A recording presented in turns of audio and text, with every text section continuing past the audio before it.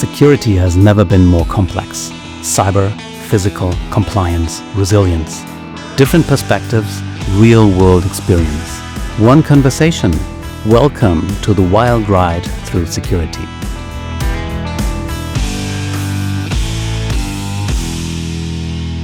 I say hello to you from the wild ride or wild rodeo through security at Lille InCyber Forum, the greatest, I think, it's the greatest event in France for cybersecurity. And I do have a great pleasure to introduce you, Daniel Blanc. Well, thank you very much for having me today. Yeah. Perhaps you can introduce yourself a little bit. Why are you here? So Daniel Blanc, I'm the new Director General for the InCyber Forum Canada. And as folks might know, this is the 18th year for the InCyber Forum in Europe, but we are about to celebrate our 5th year for the events in Canada. Oh, great. That's great. What is the most important challenge in Canada for cybersecurity? Well, I think we have the same challenges that all of our countries face right now. This is cybercrime. This is the issues around state and non-state actors hitting our networks every single day. But right now, our biggest challenge is making sure that we increase our cyber resilience, as well as do a lot of focus on critical infrastructure protection. And that means developing more robust relationships with allies and partners. Geopolitical reasons? Yeah, I think everyone is tracking some of the challenges we have right now in the geopolitical environment. Let's be honest, this is presenting a challenge for Canada from a political perspective, as well as a defense and security perspective. I will say that, from my experience, we maintain very good relationships at the operational level, at the action level with our U.S. counterparts, as an example. But Canada, when it comes to cybersecurity, is looking at diversifying its partnerships with European partners, with Latin American partners, and with Indo-Pacific partners as well. And the relationship between Canada and Germany? The relationship between Canada and Germany is, I think, at an all-time high. We've always had a very strong relationship going back many, many years, of course. But right now, there's been that renewed energy, and our Prime Minister recently has signed some agreements with the German government. And this is all about strengthening our defense relationships as we look at being more, more investments. And of course, it's important that we're trying to develop some of those capabilities together because, of course, there's currently a war going on in Europe. And this is a challenge even for us in Canada. We take this very seriously, our investments and our challenges, and we want to invest and develop those relationships with partners like Germany. Makes sense, I think. If I can say it, in Germany, it's under the radar. Yeah, it might not get the visibility in Germany because you're so focused right now on everything that's going on in reinvesting in your military and the current security situation and also that whole rearm Europe challenge right now. But I will tell you from a Canadian perspective, we are reaching out and we're developing those relationships in Europe at pace. And this is very important because at the end of the day, Western nations need to be able to work together, and we're seeing that now. So while it might not get a lot of attention in Germany, it's getting a lot of attention in Canada. Okay.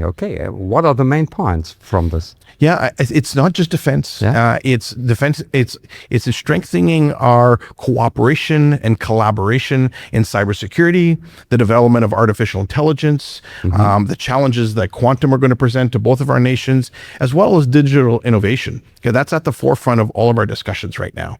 And that leads into some of the investments and partnerships between Canadian companies and German companies who are both world leaders in certain areas. So working together, I think, is a great thing for both of our nations.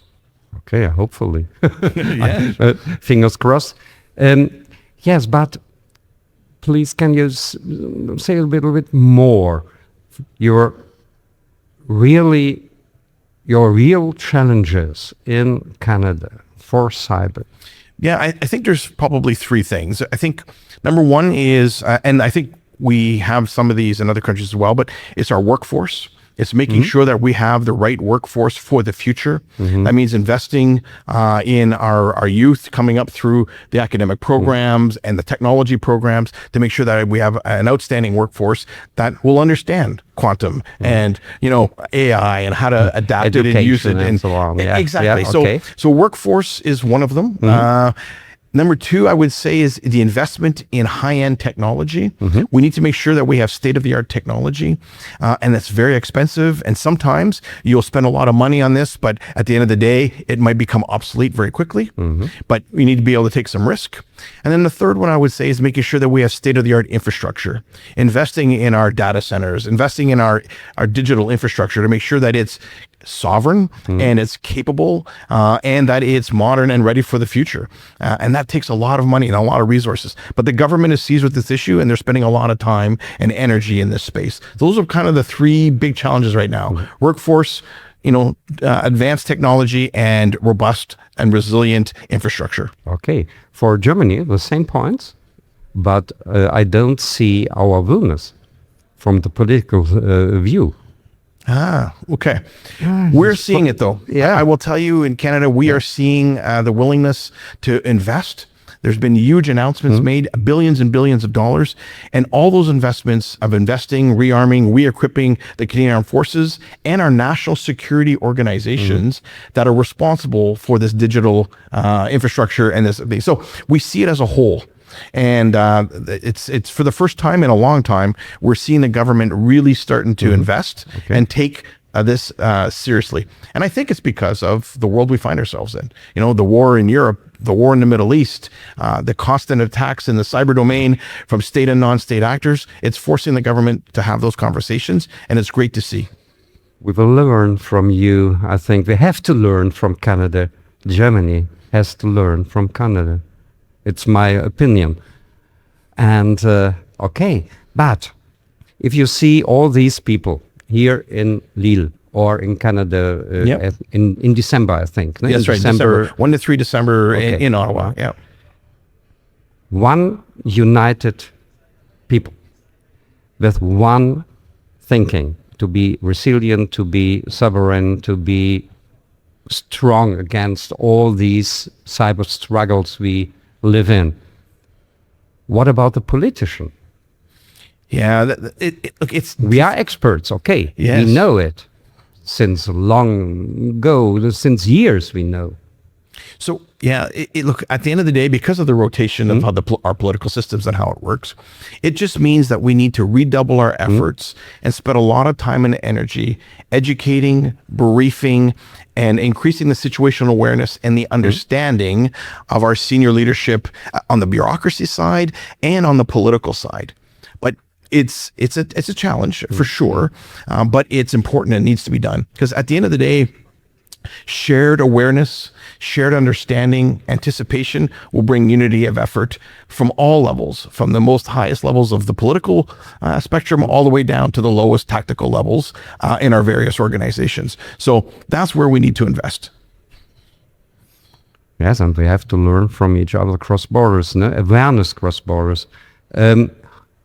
Do you have any courses at university, IT security, information security, cybersecurity in Canada? Yeah, or at school, perhaps? Yeah, absolutely. So they're now at the stage where they're pushing the level of knowledge and training and education lower in level into the school system. Okay, great. Which is great. Yeah. It's not perfect, but it's there. Yeah. And I will say the academic institutions and the post-secondary school, the universities and the colleges are really on board with this. There are many of them from coast to coast to coast in Canada that are spending significant amount of time and energy developing programs on the technology side, on the IT side, and on the cybersecurity side to build a resilient and effective workforce for the future. So it's not perfect, but they're working hard on it, and it's an effort that we need to advance every single day. And I know it's similar to some of the efforts that are going on in Germany. Not at school. Not yet. Not yet. Not yet. Sorry. But yes, indeed, we do have universities and studies and so on. It's okay, but it has to begin at the school, at the little people, at the little